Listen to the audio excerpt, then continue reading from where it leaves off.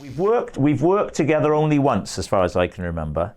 Yeah, but that was, I think that was one of my favourite gigs that I've done. It was a lot of fun. Wasn't it great? The Huntsman Winter's War, it's fair to say it didn't set the world on fire, but, you know, I judge jobs really by the fun I've had doing them. And if it's a hit, great. But you and me playing dwarves together, what are your memories of that? Well, I remember turning up to horse training, and you were already training, and you looked incredible. You had like a great pair of joggers on, and you had long leather boots and like an open neck blue shirt. And I really laughed because you looked absolutely amazing. You really made an effort. You had like a little costume on.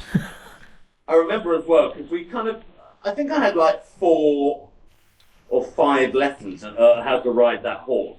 And then when it came to us actually shooting, I don't know what happened, but they decided that we would just sit on like saddles. Yeah, I had that bounced, rode up and down automatically. Also, shooting over Frensham, because it was a public right of way. There were just people stood like 50 feet away, just walking their dogs while you and I bounced on these.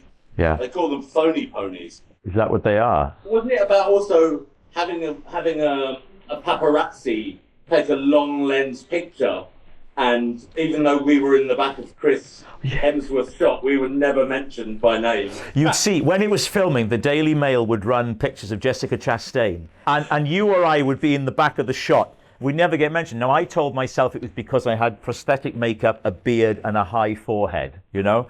But it was slightly keep your feet on the ground time. Chris Hemsworth was in that film, wasn't he? And do you know what was interesting, I thought, then?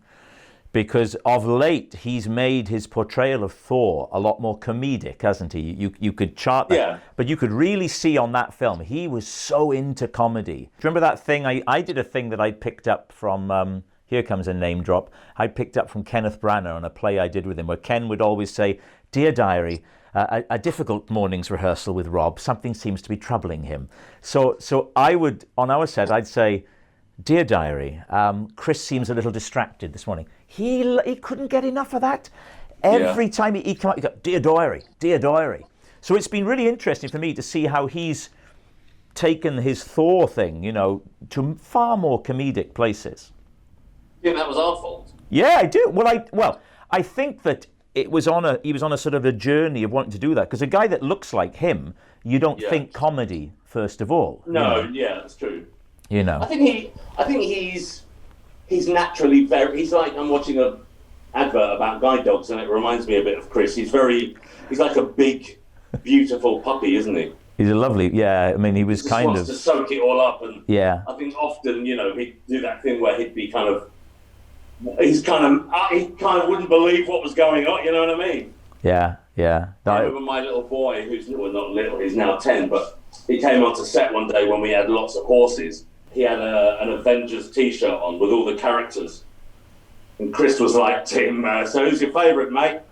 And Mac pointed at every one of them except Thor. And Thor was the last one that he chose.